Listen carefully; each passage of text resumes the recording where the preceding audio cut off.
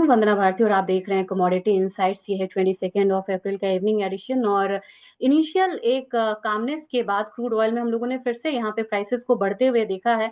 उसका ये कारण है कि सीज फायर तो यहाँ पे यूएस ने अपनी तरफ से एक्सटेंड किया कि वो सीज फायर को यहाँ पे एक्सटेंड कर रहे हैं ताकि यहाँ पे शांति की बात चले, लेकिन ईरान की तरफ से कोई भी यहाँ पे बहुत ऑथेंटिक रिप्लाई नहीं आया है। लेकिन उससे भी ज्यादा जो इम्पैक्ट डाला है प्राइसेस पे वो है कि यहाँ पे 3 शिप्स पे आज के दिन में यानी कि वेंसडे को यहाँ पे अटैक हुआ है, जिसकी वजह से प्राइसेस जो है वो हायर साइड अभी आता हुआ दिखाई दे रहा है और फिर से एक अपसाइड जो है वो कंटिन्यू हो रहा है। 3 ships attack in Hormuz after cease fire extension.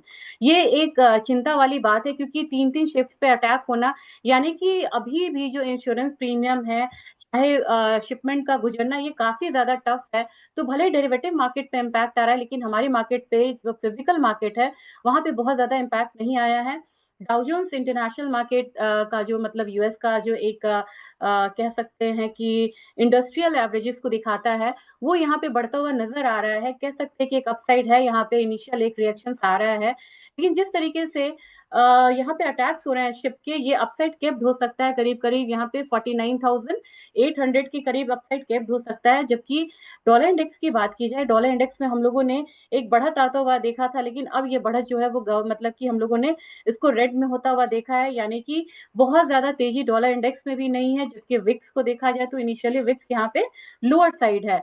अब आप बोलेंगे कि गोल्ड में तो सुबह में एक बड़ी तेजी का माहौल बन रहा था कल के फॉल के बाद, अब यहाँ पे क्या हो रहा है? एक्चुअली जो शिप पे हमला हुआ उसकी वजह से भी यहाँ पे मार्केट जो है बिल्कुल रेंज में है। 4790 यानी कि 4800 के करीब हम जाते हुए दिख रहे थे। धीरे धीरे ये प्राइसेस ऊपर की तरफ आएगा, लेकिन अपसाइड में आपको थोड़ा सा यहाँ पे वेट करना होगा। 4858 तक ही यहाँ पे जो अपसाइड है फिलहाल फिलहाल रुकने की यहाँ पे गुंजाइश है। तो 4858 तक आपको एक मैक्सिमम अपसाइड आ सकता है, जबकि यहाँ पे कोई भी डाउनसाइड आपको एक रेंज में रहेगा 4676 वाला डॉलर। आप बोलेंगे इतना बड़ा रेंज, तो कल आपने देखा है यहाँ पे कि एक रेंज ब्रेक हुआ था और 4685 का यहाँ पे एक डाउनसाइड जो है वो लगा था।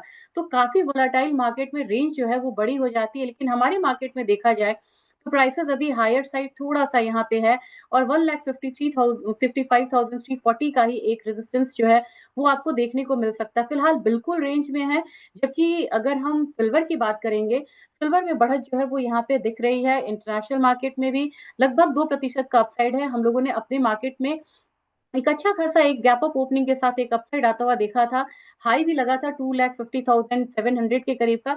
मुझे लग रहा है कि लेट इवनिंग तक ये जो अपसाइड है ये थोड़ा सा यहाँ पे कंटिन्यू हो सकता है, लेकिन अपसाइड आपको 2,54,000 तक एक जो है कैप्ड रहेगा। जबकि अगर हम लोअर साइड देखें तो लोअर साइड में बेस आपको बन रहा है 2,43,700। अब आपको बिल्कुल रेंज में जब मार्केट है तो कौन सा रेंज होगा जिसके बाद आप कहेंगे कि प्राइसेस जो है वो हायर साइड जाएगी, क्योंकि इस पे आप डिसाइड नहीं कर सकते हैं कि ट्रेंड अपसाइड का है या डाउनसाइड का है। ये बिल्कुल इनडिसिसिव मार्केट का एक लग रहा है रेंज।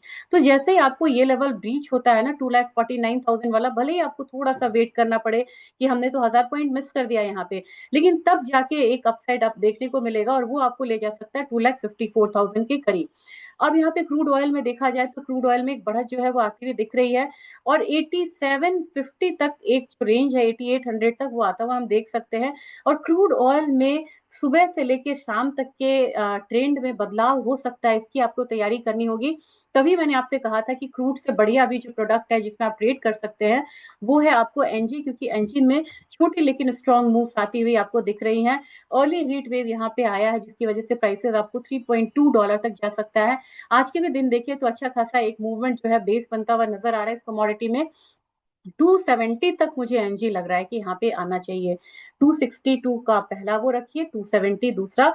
और बहुत लॉन्ग रेंज जो अभी मैं बताना नहीं चाह रही हूँ, लेकिन मुझे लग रहा है कि थोड़ा सा 1-1.5 महीने टिके हम तो 300 का लेवल एक बार फिर से आता हुआ दिखेगा।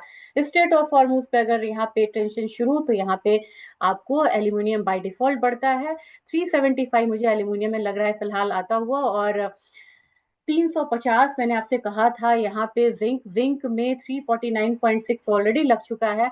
अब आपको यहाँ पे एटलीस्ट पार्शियल प्रॉफिट बुकिंग करनी चाहिए। आप लोग बोलते हैं पार्शियल प्रॉफिट बुकिंग क्या होता है? अगर मतलब दो से ज्यादा पोजीशंस है तो आप यहाँ पे एक बारी निकल सकते हैं, कम से कम हाफ पोजीशंस में तो आपको निकलना ही चाहिए। अब यहाँ पे हम कॉपर की बात करेंगे तो कॉपर में बड़ा एक मूव बन रहा है और मुझे ये अपसाइड मूव लग रहा है। आप कहते हैं ना कॉपर में क्या करना चाहिए, मुझे कॉपर में स्ट्रेंथ लग रही है, मुझे लग रहा है प्राइसेस 1300 तक आता हुआ यहाँ पे आपको दिखाई दे सकता है। जबकि अगर निकल की बात की जाए तो निकल में अभी प्राइसेस जो है आज रिकवर होता हुआ नजर आया है, और नेक्स्ट जो मूव आएगी निकल में वो होगी आपकी 1740 से लेके 1745 तक। एक बार बैक जाना चाहूंगी कॉपर में, मैंने आपको हड़बड़ी में बताया नहीं कि सपोर्ट कहाँ पे होगा। सपोर्ट इसका ये बन रहा है 1261 का, और अपसाइड जो है वो 1300 तक मुझे कॉपर में आता हुआ दिख रहा है। अगर आप डेटा की बात करेंगे तो डेटा में आज क्रूड ऑयल का डेटा 8 बजे है, अभी टाइम है उसमें, उसको आप वेट करिएगा। और मैंने आपसे कहा भी था कि इनिशियल वीकनेस है, मॉर्निंग के वीडियो में कहा था, लेकिन आपको क्रूड ऑयल में इन्वेंट्री कम होकर अभी आने वाली है, इसका भी इम्पैक्ट प्राइसेस पे आएगा। तो वहां पे आपको 8800 अगर इन्वेंट्री भी कम होकर आती है तो दिख सकता है क्रूड ऑयल में एक अपसाइड का मौका। तो ये अभी का एक अपडेट था। और आप अपनी क्वेरीज को जरूर शेयर करिएगा कि आपने क्या पोजीशंस ली हुई हैं कमोडिटी में। तब तक के लिए थैंक यू।